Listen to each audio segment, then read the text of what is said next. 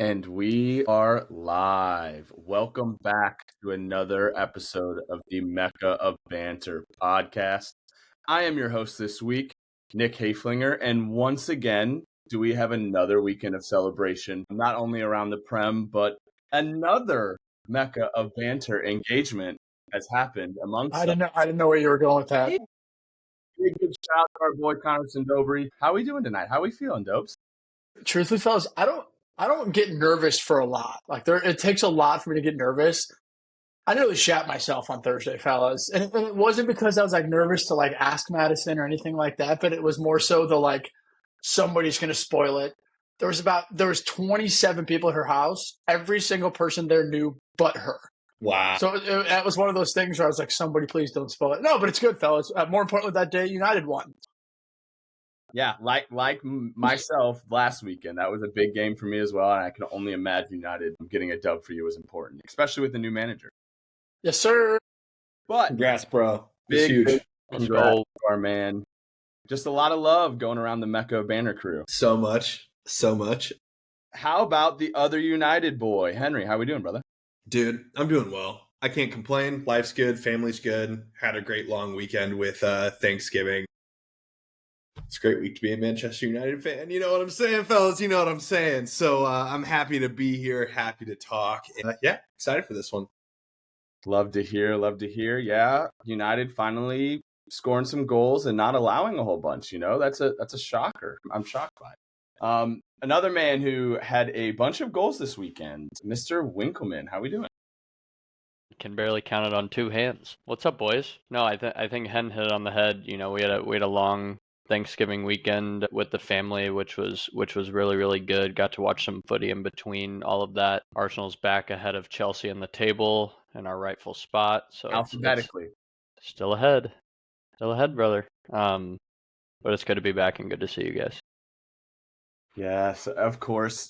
Arsenal usually pulls that at the beginning of the year as well when they're top of the table. It's the only time they ever are there for a long time. Alphabet FC. The only man, I'm sorry to bring it this way, but the only man to not secure 3 points this weekend. I'm so tired, boys. I'm so tired. Truthfully, it gets to be rather mind-numbing coming on this podcast every week and just having a total 180 swing of emotions. Snip, My life is great. Snap. My house is warm. My girlfriend's cooking an amazing meal downstairs. My family's healthy.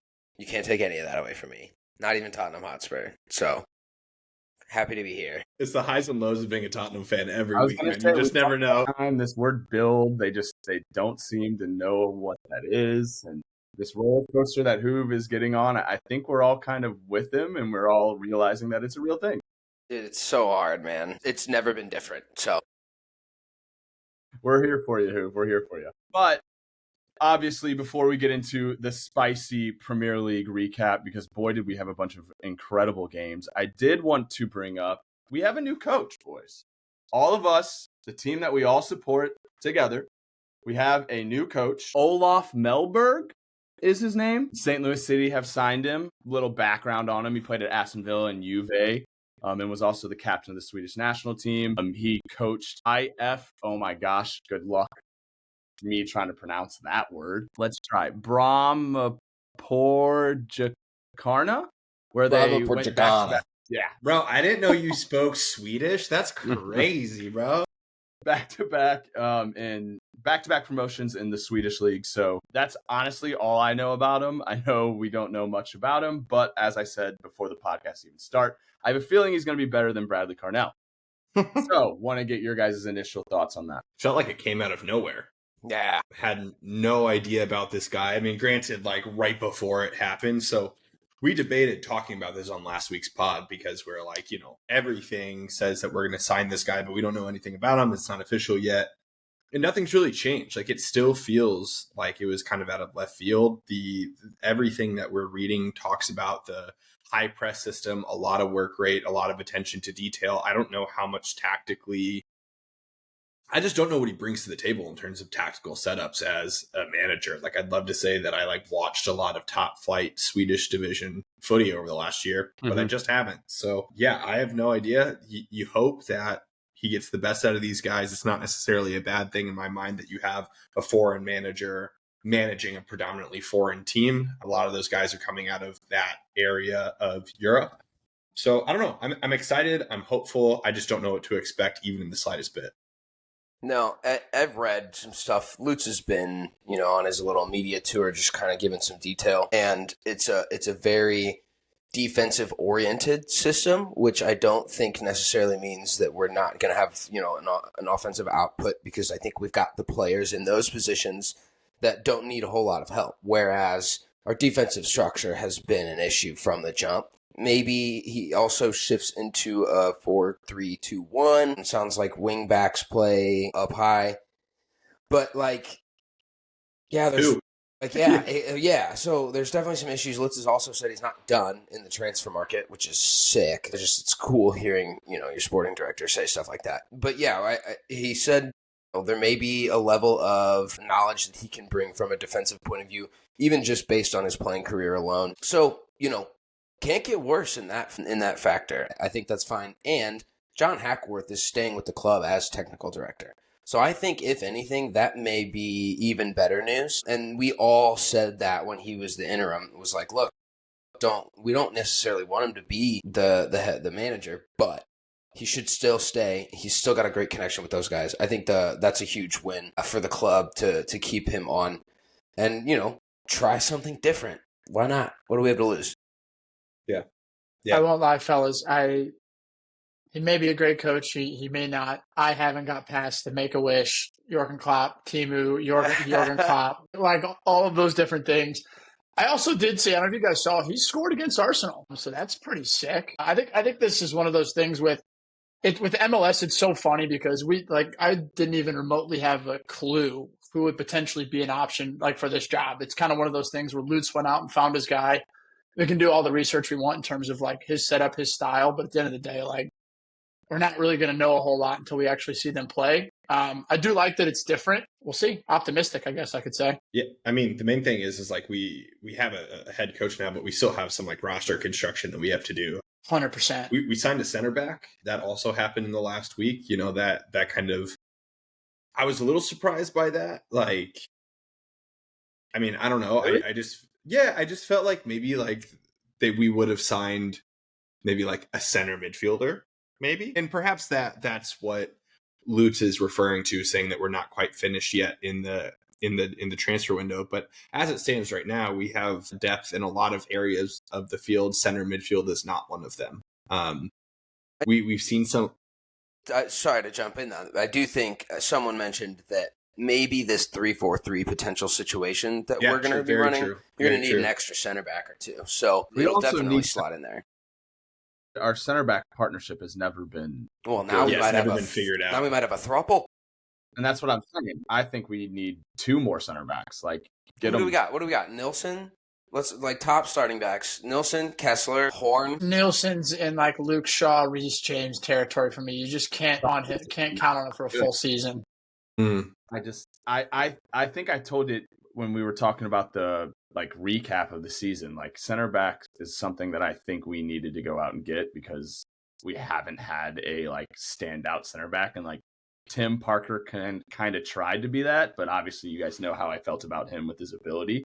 So I truly think we need, and I like Kessler a lot, but I still think there's room for us to get another one. But we'll see. And I also agree with Dobes that only time will tell, and we will have to see with our own 2 eyes what's going on when he brings out a squad. I agree with you guys as well, saying Lutz still hungry to go out and buy more people, and saying that he still wants to splash cash in the transfer market makes me happy. And because I do agree with you, Henry. We do need a center mid, obviously. Yeah, we need a couple things, but are we gonna have to go domestic for that? I don't know. I mean, the thing is in about a month, we have that expansion draft for San Diego. And whenever that happens, there might be some guys taken from St. Louis, and there might be some moves around that happens, because there are people that, there are 8 players at the end of the season that got their club option extended. I can't imagine that all 8 of those guys are going to be suiting up for St. Louis next year. Sometimes that happens just so they can sell a player or they can use them as an asset, whatever it may be. But I don't know if we'll have to go domestically. I do believe that all of our international spots are taken. The center back that we just signed was our last one of that. So unless we part ways with one of our foreigners, which I don't know if we will. There's some interesting guys in that foreign category too, though, that could definitely be up for grabs, I'd imagine. And one more thing on Mellberg is everything I've read too, and comments are that he overperformed what he had at Broma Porjigana. Lutz was like that. It doesn't have to mean that we're not going to spend and let him, build with assets that we have and can go out and spend on. But it can't be understated how well he was doing with what was given to him in the moment. And I think to a certain degree, that's any MLS team. At the end of the day, there's no Real Madrids in the MLS world other than Miami. Miami can apparently do whatever they want with roster construction, but 28 of these other teams can't afford ridiculous roster construction. So to a certain degree, that's just the league in a nutshell. So that's got to be good.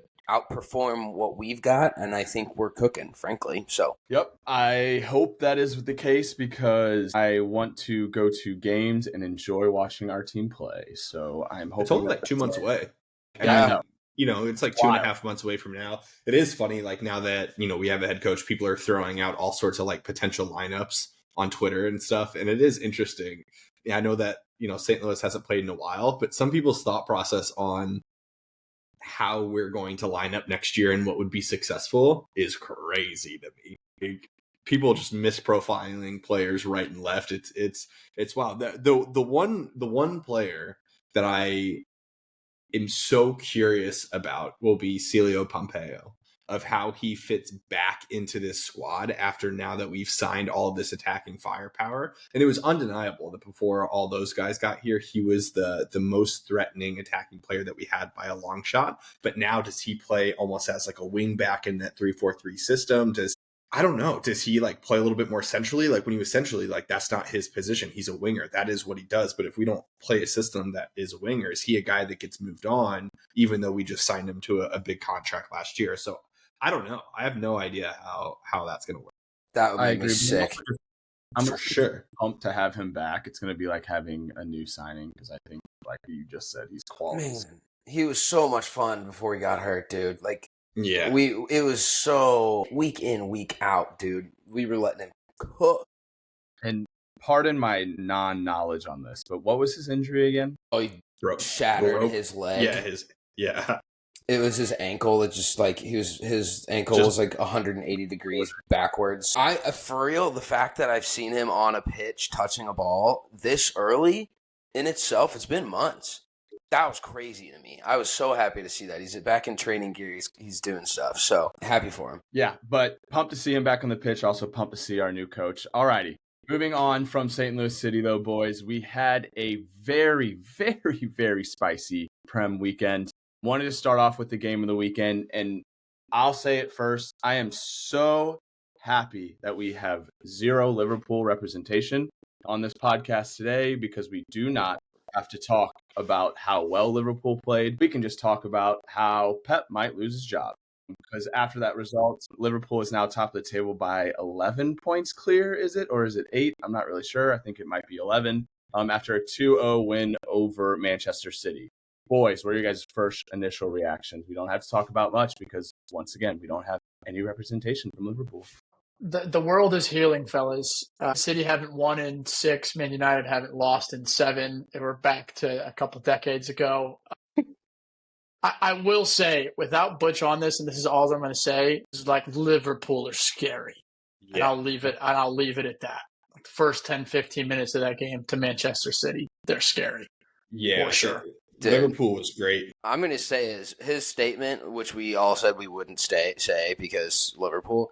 His statement is, Arnie's conquered Europe, say loud and proud, best team in the world at the moment. I'm okay with being complacent with they may be the best team in the world right now. They just took Real Madrid down. They just took Man City down. Didn't let goals in from either team in the same week. And looked confident, too. And looked good doing it, for sure. Virgil looks like Virgil again. He's got so much, bro. ego and confidence. It's insane. He balled on Sunday. I will say that Arnie has conquered Europe, saying that in December has major Arsenal dynasty vibes to it. Like Stop. major Arsenal. I love that Butch is saying that in December because it only comes down from there. Easy, Tiger. Yeah, no, Liverpool was great. Man City looks horrible at the moment. They're, it's getting to be concerning, not just for Pep's health. Yeah, you got to put someone else inside of his household to just be on a 24/7 watch at the moment. But the thing is that if any one of our clubs lost 6 in a row, manager would really be on the hot seat. And now Pep Guardiola is one of the best managers of the modern era, one of the best managers of all time, one of the most winningest managers. So he's earned himself a little bit of time off the hot seat, but he looks completely out of ideas. The thing is, one of the commentators during the game immediately after halftime talked about how concerning it was to them that Pep made 0 halftime substitutions. Liverpool was absolutely dominating the game, and there was no one that Pep brought off the bench to change the game. And it just gives this vibe that he's just tired, and he doesn't have it in him to kind of change the way that he's doing it. I mean, the thing is that when you have, it's not just all on Haaland, it's not, but like when you only have Haaland and you don't have anyone to come off the bench to fill that space, like Julian Alvarez had been for the last couple of years, you can only play one way. And when that one way isn't working, you're stagnant. And so Man City really have a big decision to make in what they want to do moving forward, who they're going to go out and get in January, because they're going to have to go and get at least one center midfielder in January. And then Pep's got to figure some shit out, man, because we're really looking at, between January and the summer, Man City's going to have to kind of rebuild the squad. Just the majority of their team is over 30 years old right now. They're all kind of coming to the decline of their careers. And yes, they are still top level athletes, but you can't have a full team of that. It's like what Butch was saying about Liverpool too, of like, there's a couple of guys that are getting older and you do have to replace them if you want to go again. And the City's slipping away and they're going to have to figure it out. Your point about subs is interesting because I was just thinking of when Doku came in the 5th, they yanked Trent 10 minutes later. He had him on, the commentator said, word for word, he's got Trent on toast at the moment. It was the first time I saw the lineup and questioned Pep. Like, those players not starting to keep Trent on his heels the whole game. It just didn't make any sense. Trent's gotten better defensively this year. I think everyone's kind of seen that and accepted it a little bit, but no one's locking down Doku on every single run, and he was cooking him on every single run. They yanked him off and put Kwanzaa or whatever outright. Like, that tells me one thing for sure, and that's, managers don't get it right every time. He's just been the manager that kind of has. So you're right. There's questions. That's weird. Yeah, they got to figure it out. I mean, you have guys like, I just found out that Ortega's 32 years old. I thought Ortega was like 24. And like, so he and Ederson I don't think I knew that either. I thought Ortega was like 45, frankly. Really? No, that's Scott Carson. Yeah, but you look kind of across that lineup, and you have Foden in his early 20s, you have Haaland in his early 20s, and you have Guardiola in his early 20s. Enrico Lewis is still like 18, 19 years old. There's that. But other than that, the rest of your team Nunes is sucks. like...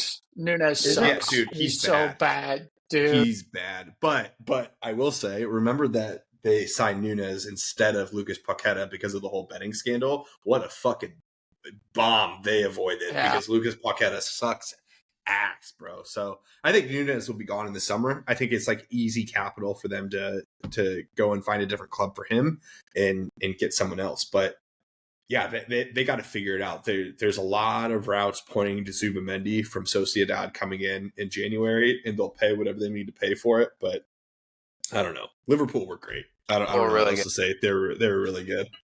Yeah. First time ever you just compared lineups and you just overmatched everywhere. Everywhere. I was literally thinking that. I'm not going to call myself a Salah apologist, but I will say that ball he had to the back post was disgusting. The ball out to him, also disgusting. The quick fire, was that Trent? Yeah, I think it was Trent to Salah, and then his step in, and the window that he had to get it to the back post for Gakpo to tap that in was inches, and he whipped it in there. Like, I don't think it was a shot. I think he knew that was what was happening. And then he, whatever. That was impressive. I'm willing to say that, and that's all you're going to get out of me on Mo Salah's point. So, if they don't give him a new contract to the dumbest club of all time, dude, but he wants 3 years, is what Bush said. But he's at the peak. Like, there's not many better players in the world better than him right now. Yeah. It'd be different if he was like slightly underperforming or like on a downward trajectory, but like he's been up here. Here's my rebuttal to it. So he's out of contract in the summer, right? Like, if Liverpool don't want to sign him to a 3-year deal, what's going to happen to Salah? Where's he going to go? Anywhere he wants. He'll go to Saudi. Maybe he'll go to Barcelona. Maybe he'll go to Real Madrid. Maybe one of those clubs. He's not going to go anywhere else in the Prem. He's not going to go to Italy. Like, he's already done that. So it's like, you think about it, and it really comes down to, like, does Salah want to bend and break? Does Salah want to be the person who says, like, instead of a 3-year, I'll take a 1-year or 2-year extension? And that's up to Liverpool and his agent to figure that out. But, like, they will be able to replace the production in some capacity of Mo Salah. Mo Salah is going to have to be the one who's going to have to change that. I don't know if you can replace him. He's not just like he's in like top 5 wingers in the Prem all time. But I don't think it's going to be like a like for like. It's not like they're going to sign Mateus Nunez and he's going to score 20 and 20. Like, they will figure out how to replace the goals across the front 3 or across the front whatever. But the thing is like, I just don't see Liverpool doing 3 years. If they can agree on 2, I'd see that happening. But like, if it's 3, I see him walking in the summer, man. And the thing is, I know that he wants that extension. He has made it very, very, very clear. And every single time there's a camera or a microphone in front of his face, man, he just keeps talking about it. He takes his shirt off. God, I'm getting sick of that guy, bro. Just sick of that guy completely. He's had over 22 goals every single season he's been at Liverpool. 23 was the least he's had. It's fucking insane. Yep. Alrighty, we don't have to talk about him anymore because, once again, no one's representing them. Yada, yada, yada. They're clear from a lot of us. Alrighty, moving on. The other eventful game this weekend, Chelsea 3, Aston Villa none. I know probably only half of you might have watched because it was the same time as the United game. But I was not watching the United game. I was definitely glued onto this. I was very happy, had a great morning, 3 points, 3 goals, and a shutout. Cole Palmer. Was awesome. His assist was great too. He's very, very good at this sport that we all love, and I thoroughly enjoy watching it. Go to Liverpool. That's who could replace him. That's who could replace Salah. Cole Palmer. He's signed to like 33 for us, so like I think we're good. Like, we got him for a while, and I'm pumped that we do. Another highlight that I wanted to bring up was Caicedo played right back for us and absolutely played out of his fucking mind. He was obviously in the midfield a lot during the game. It reminded me of Conte back in the day. He didn't have to go up as high because he was playing right back, so he literally just sat in that perfect pocket and was just blowing up people as they were getting in the middle of the field. It also allowed Enzo to be way more attacking, even though he was technically in the bottom of the triangle with Cole at the top, but he was still able to get up because Caicedo would kind of fill in that role. So Enzo obviously has been in brilliant form and had another great goal. But yeah, I'm very happy we're flying right now. And like I said before, we're catching a good streak of games against not as tough competition as we had earlier on the season. Obviously, it's the Premier League, so you never know. I don't want to just jinx myself there. But I'm happy where we're at right now, and I thoroughly enjoy watching us play. Fuck happened to Villa? Yeah, bro. They've like fallen off a cliff. Bro, they can't handle the midweek Champions League.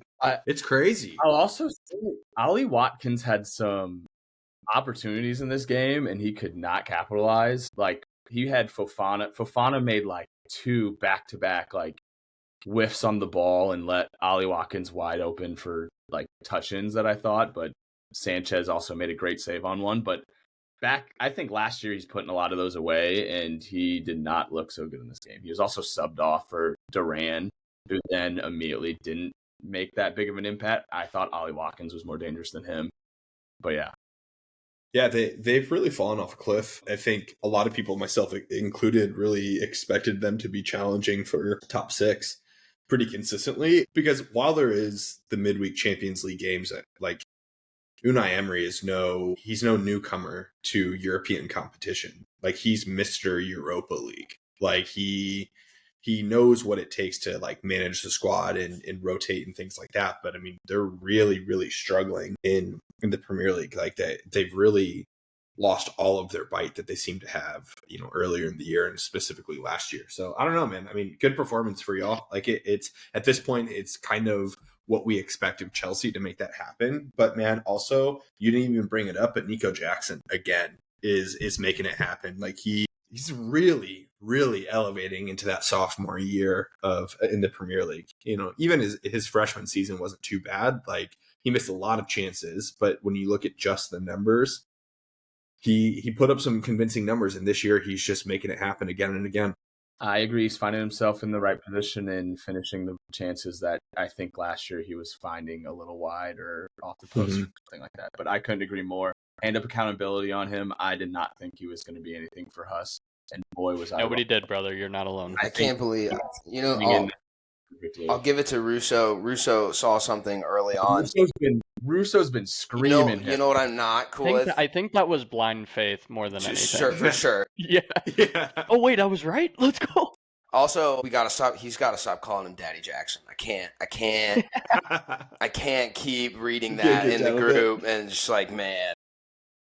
Yeah, there's not a lot of responses to the Chelsea stuff in the Mecca of Banter group chats. Is what it is, Hey, 3 points, we move. I'm very happy. I get it. Right now. I get it. I totally get that. 3 points, we move. Once again, we're in third. Obviously, we're tied with Arsenal right now, so we're pretty much tied for second. Fourth. If you would have told me at the beginning of the season that we would be here, I would have called you a liar. I'll say it every week. I mean, how weird is that stat, though? Tied with Arsenal in every single column. Wins, losses, ties, goals for, goals differential. Like 13 games through the season, especially, and not just wild. And one manager is on his first year, and the other's on his what's Arteta on? Wild. 6 years? 6. Let's go. We can go back and look at the team Arteta inherited his first year compared to Good. compared to what you guys have, and it's a fucking landslide. So I'm giving Wicks that one for sure.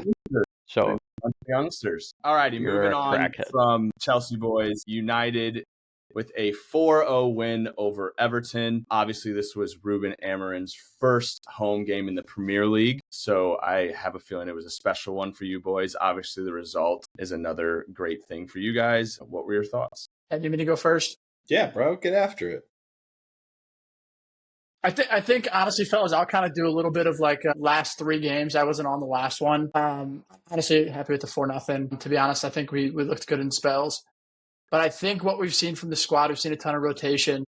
But truthfully, I think the biggest thing that I'm taking away from these 3 games is more so than anything that's happened on the field. It's just been Emery. I think that the thing I've been most impressed with him is truthfully, it's going to sound weird, but like it's his emotional intelligence, if that makes sense. Like he's conducted himself in a manner that we haven't seen most managers do in the past.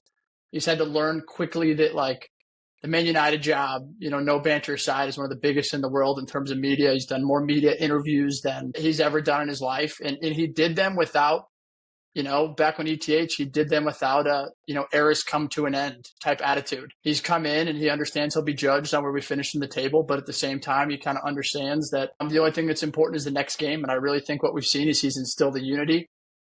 We're 3 games in, but he's ticking every single box, from the way he handles himself, the way he takes accountability, the way he's real and honest with the fans, the way he protects the players, but also isn't shy to provide him criticism, the way we have a clear structure and identity, his in-game management and tweaks, and his ability to sort of rotate the squad. Like he's ticking every box, and I'm in no means going to sit here and say that we're back, but I do think the approach he's taken, when you look at Ole, when you look at our Ten Hag, it's just different. It's different. He's real and he's honest. And I think one can appreciate that because he's not coming back saying that we're charging up the table and we're going to be back. He's, 1 game at a time. We'll see what happens. And I think realistically, when you look at the team, we're 4 points off of top 4. 4 points off of Man City with a better goal differential, which is insane. 1 point behind Spurs, 6 behind Chelsea, 6 behind Chelsea and Arsenal. Longest unbeaten run of all the big 6 teams in like the last 6 or 7 games besides Liverpool. We haven't lost since the end of October. So there's a ton of positives. Like there's so many positives with this team right now. I think the biggest thing that we're going to be judged on this group is Arsenal on Wednesday. If we do lose that game, which we shouldn't be expected to win, this group of players has historically just crumbled. So a ton of positives to take. Obviously, extremely happy with Everton 4-0. We haven't scored 4 goals in a game since, won by 4 goals since, 2021, 5-1 against Leeds, which is fucking insane. But yeah, fellas, 3 points is 3 points. We keep moving. We do keep moving. And one of the Chelsea's quotes, a longer winning streak than United, by the way. You guys lost October, but you're good. We haven't lost since the end of October. I know, and we haven't lost since the beginning of October. You haven't lost in 6. We haven't lost in 7. Go look. You lost October 27th. That was 1, 2, 3, 4, 5 games ago. It's not. That's in the Prem. I'm looking at the table. That's all I was saying, and we haven't lost. Nick says, I'm looking at stats. For me, one of the quotes that I saw from Ruben today that I really liked a lot was him just talking about how good the vibe in the dressing room is right now. He says that when you look across the dressing room, every single guy in that dressing room, with the exception of Luke Shaw, has started the game. And that hasn't happened in a long time underneath Erik ten Hag. And even before that, you can't say that. And especially this early into the tenure, just like Dope says, he's ticking all the boxes, saying all the right things to the media, saying all the right things to the guys. And you're seeing a little bit of belief. But specifically about the game, Dobes hit it on the head that against Everton, we looked good in spells. We didn't look good the entire of the game, and there were certainly some mistakes to be corrected. But man, I couldn't be happier for Marcus Rashford and Joshua Zirkzee for getting both of those goals. Crazy. Both of them scored a brace, and the man of the match for me was easily Amad Diallo. He was everywhere on the pitch. He's him.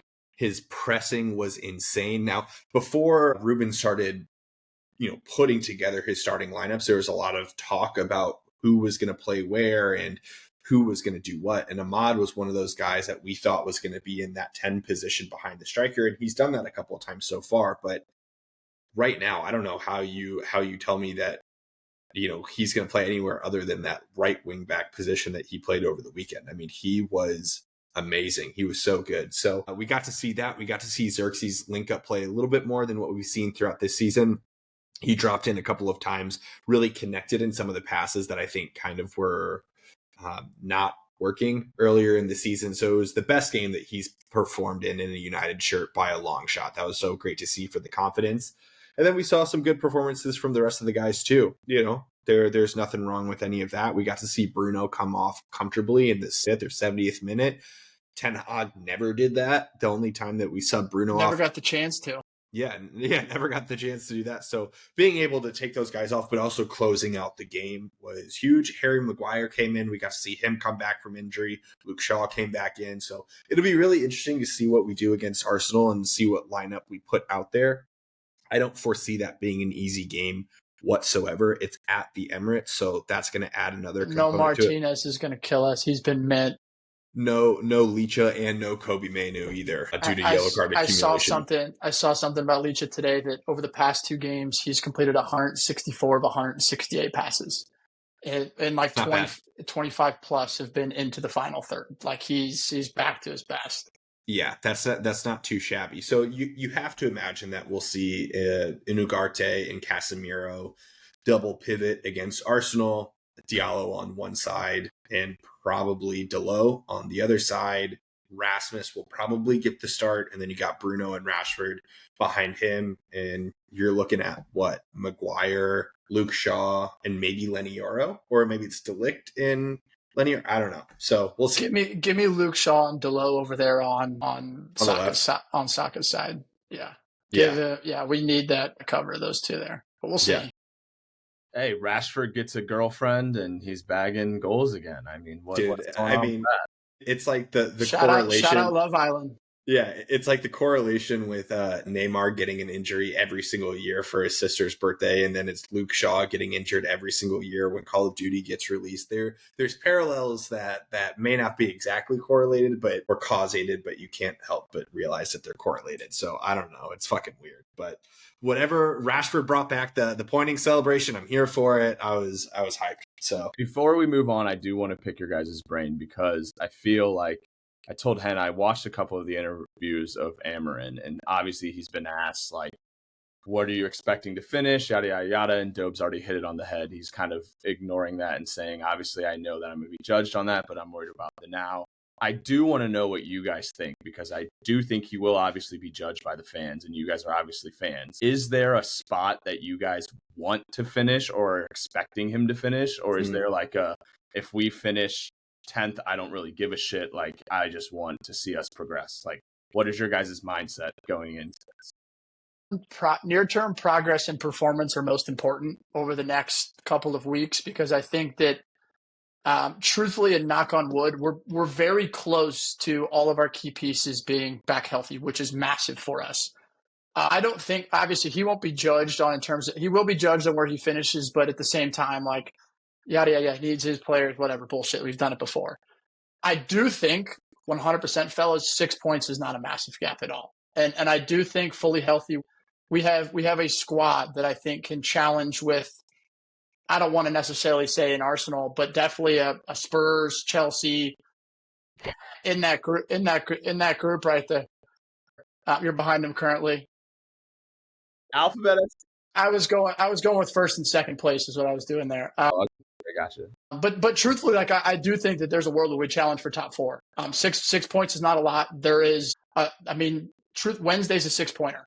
Like, if we do beat Arsenal, we're 3 points off of Arsenal. Like, things can change like that. So I do think it's possible, but I would expect this to be around 5th or 6th. To be honest with you, is where I think we'll finish. But top 4 is doable in my opinion.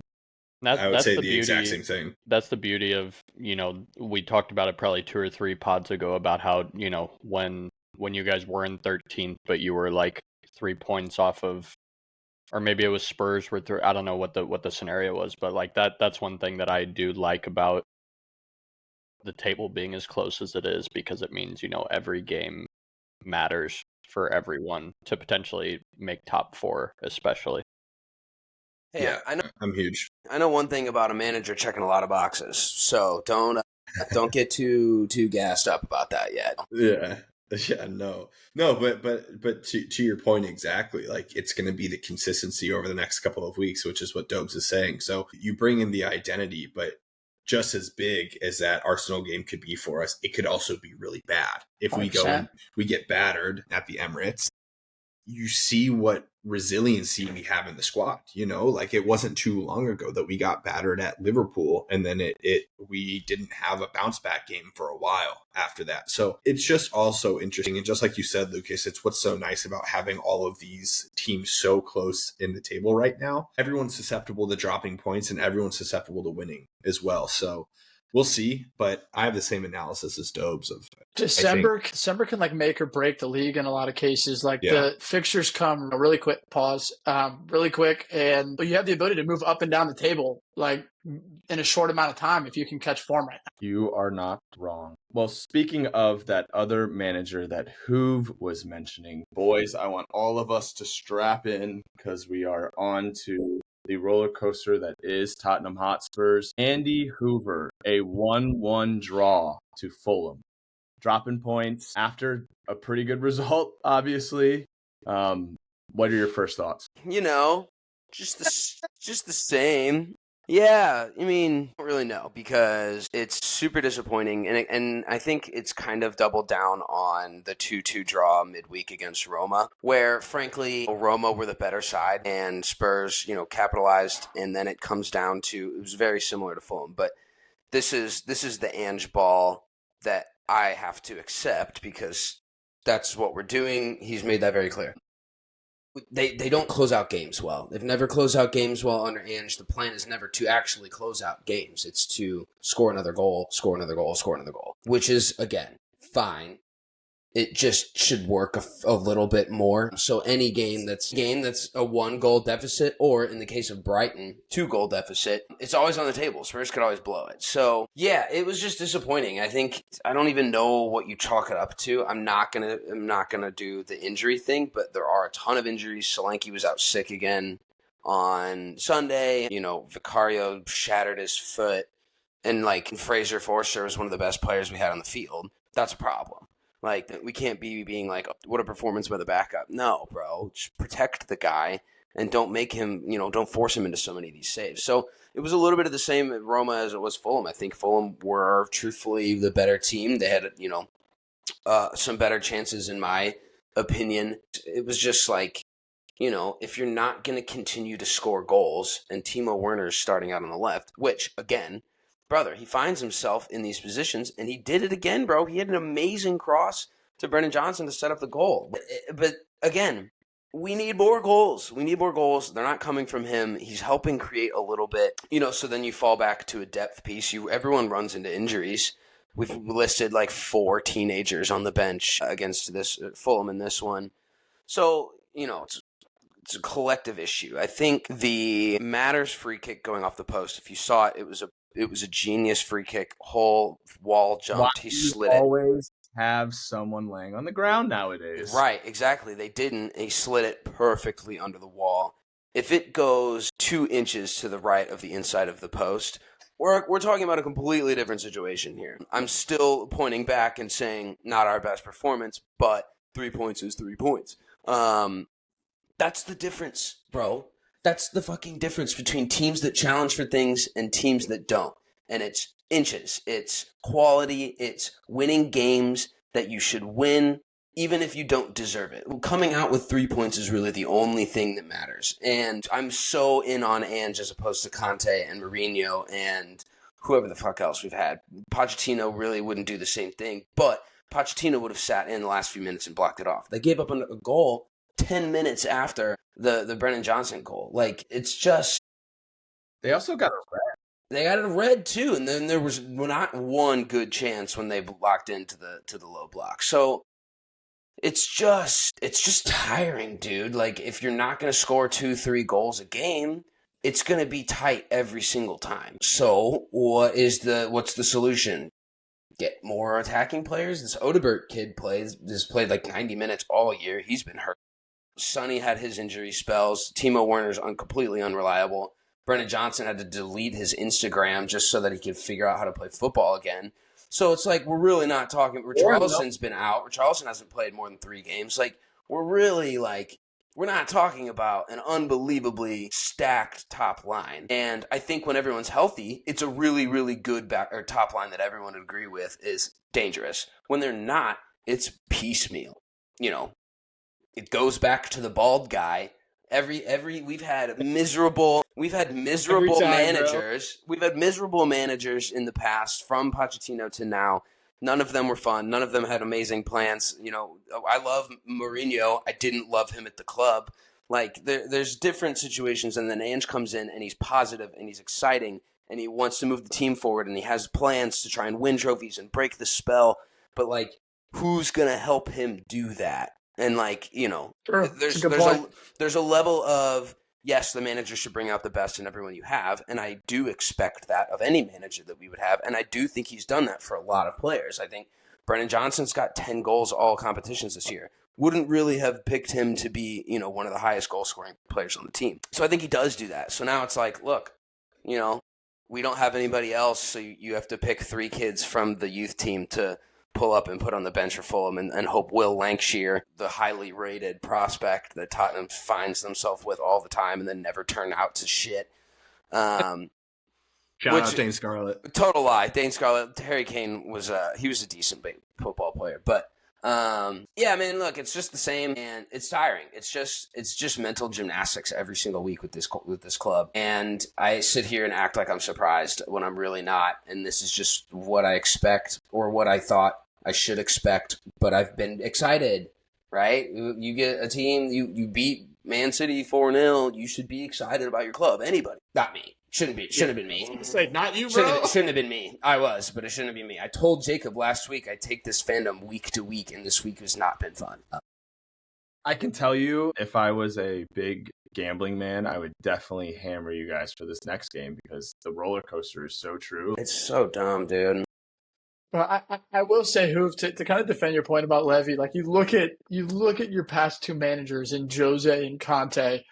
Conte is currently top of Serie A with Napoli, and Jose is 3 points off top with Fenerbahce. So it's good managers. Yeah. It just needs some backing. Pochettino did just fine with Chelsea. Really pulled them out of the ditch at the end of last year. Like, what's the common denominator? There's one thing. There's nothing else. There's squad rotation. There's new players that come in. But there's one guy who hasn't won one trophy in the 21 years that he's been the chairman and CEO. Bruh. It's Jerry Jones, man. It's Jerry Jones. It's Jerry Jones, dude. It's Jerry Jones, bro. Mirror. Oh. Sorry, Hoof. Sorry, buddy. I'm sorry. You have to. At least at the end of the day, we're the most likable of the big six for this reason. Nobody hates Spurs more than the Spurs fans hate themselves. To be fair, the Spurs roller coaster was United last year, and it is a miserable experience. It's tough. Funny though, that's It's tough. always Spurs. Literally, just every year, this always happens. Make-A-Wish Pep won a trophy. Alrighty, though. Moving on to the other fixture that I really didn't want to talk about, but we do have representation. Lucas Winkleman, you can take it away now. I'm going to mute myself because I don't really care. Why don't you want to talk about it? Wow. Man. Just some banter, sorry. Yeah, you better apologize. Nick has the opportunity to stand on 2 feet. So quick. He got subbed I'm sorry. No. I'll say it. I don't fucking care. Yeah, I'm just I get kidding. that. No. I know, I'm just Yeah. going to lick of this game. We'll talk. No.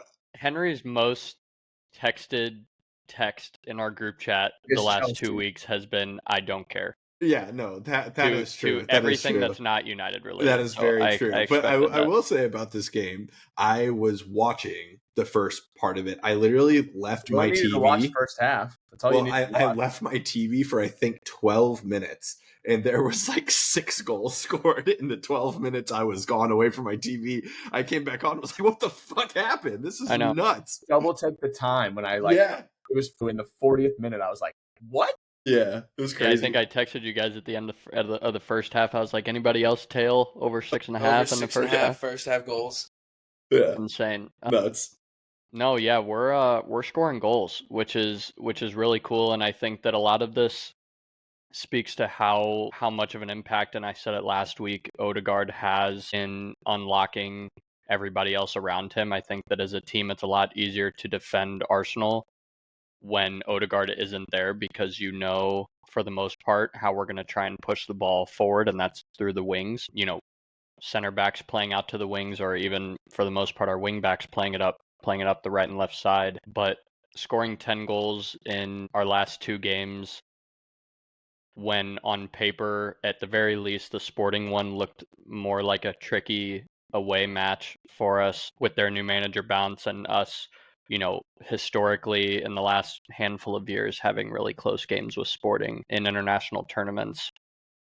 Didn't expect either game to go how they did. I was confident we would take 6 points from these two, but I think something that we've seen in these last 2 games that I haven't seen a ton of so far this year was that sort of bolt of energy at the start of the game, like right out of the gate, that we saw a lot last year that we haven't seen too much of this year. So that was really cool. And I said it last week, Gabriel is insane. I think that most dangerous player. Yeah, I think he's, for center backs at least in the Prem, NFL. I think he's the most dangerous offensive threat. Dude, 100%. I did see a cool stat on Twitter that I wanted to read out, because I know we all feel differently about how pens and that stat as a goal going towards total goals, how we rank players based on that. But regardless, since the beginning of the last Premier League season, Gabriel has more non-penalty goals than Bruno Fernandes, which I thought was a super fun stat. But I think that you see him in every game so far this year, especially on the offensive side of the ball.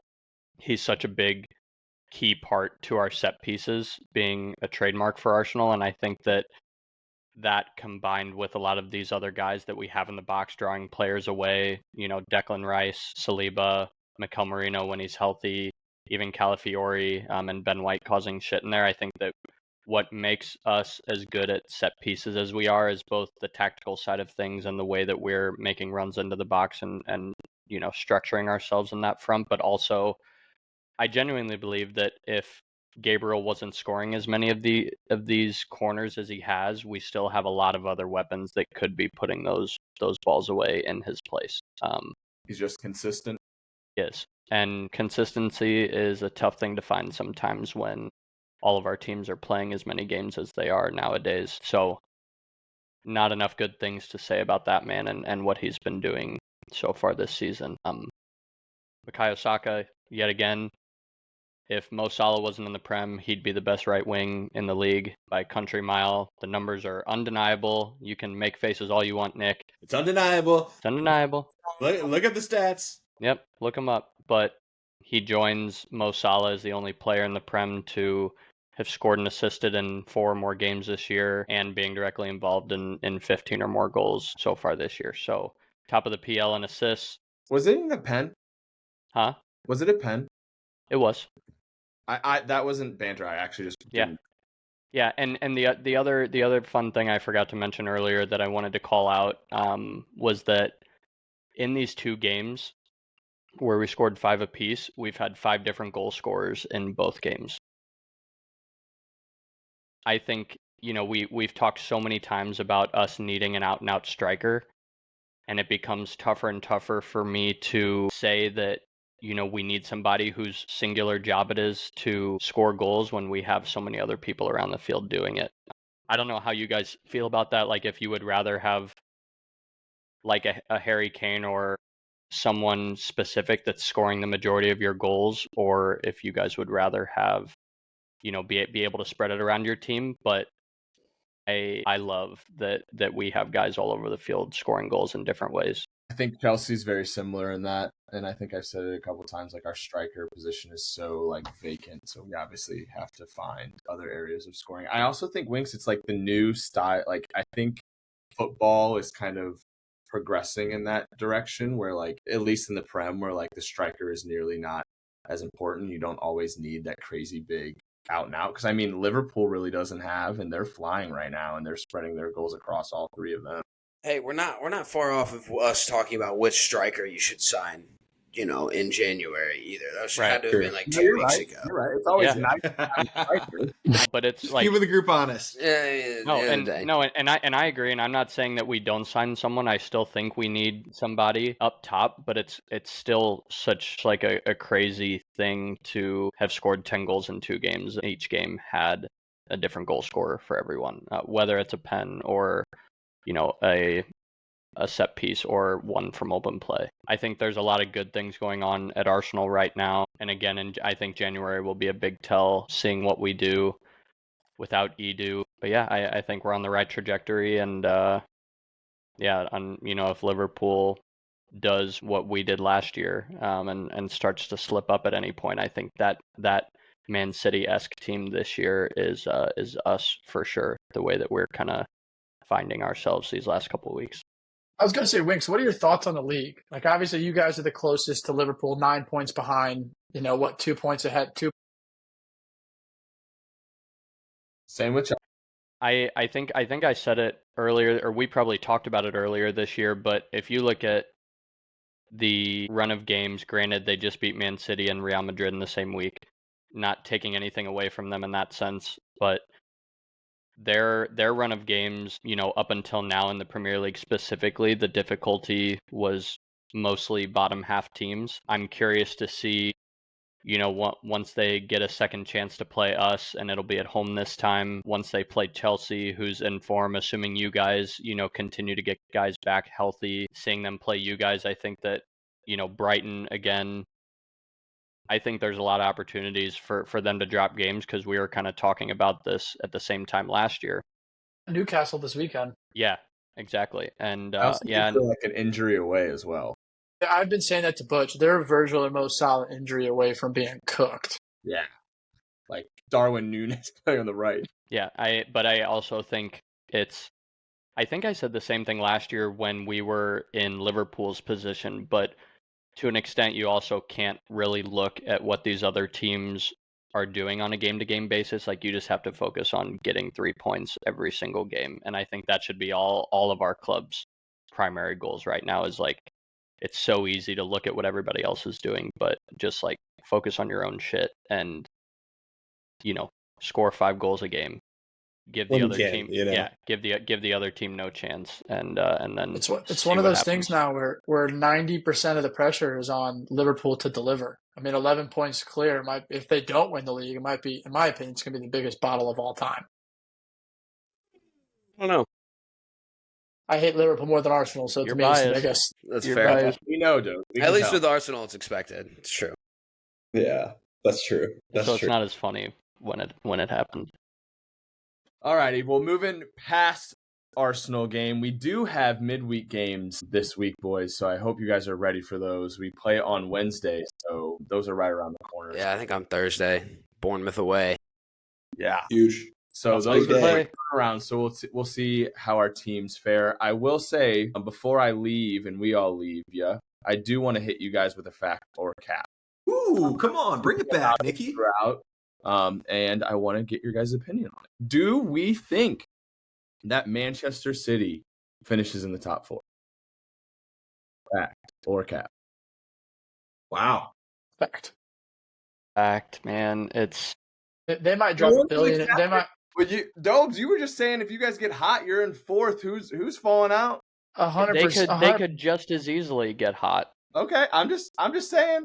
I'm trying to. If they bring in a Zubimendi. Okay, can I have another? Let me caveat tangent off of this one. Do they have a new manager next season? Pep just signed another I don't contract. think so either. You can still get fired out of a contract, but yes, trust me, you can. You can get sacked. They're not. I can't see them letting him go. I could see Pep walking away. I could too. Before he gets fired, I think so too. Dude, Pep is not down for a project. He is not down for a project. He never has been. That's why he will never be the GOAT. Yeah, like he's not down to rebuild. Everywhere he's gone, he's had tons of money. He's been able to sign exactly who he wanted. I mean, granted, even like the team he took over at City day one is very different than what it is now.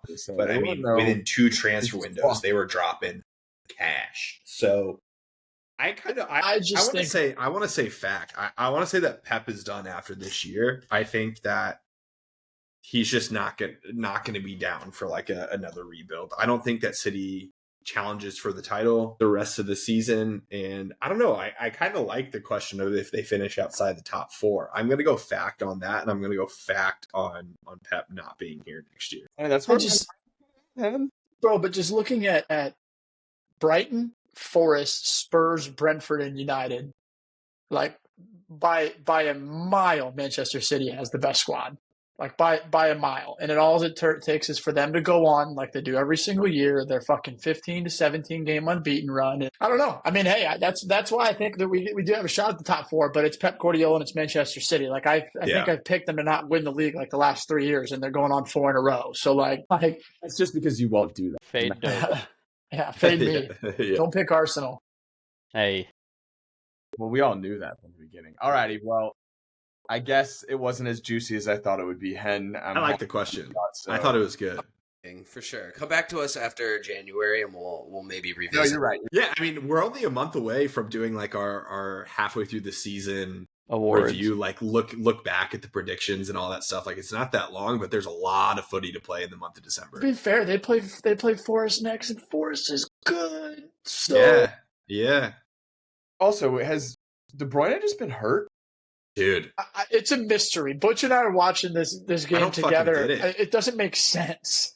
Like so that's what I'm talking about, of like him just making some weird ass decisions. Like why are you playing 6 center midfielders? I feel like I haven't seen Kevin De Bruyne play soccer in 2 years, and he was like up for like a bunch of the team or the best 11 of world football last year. Like no.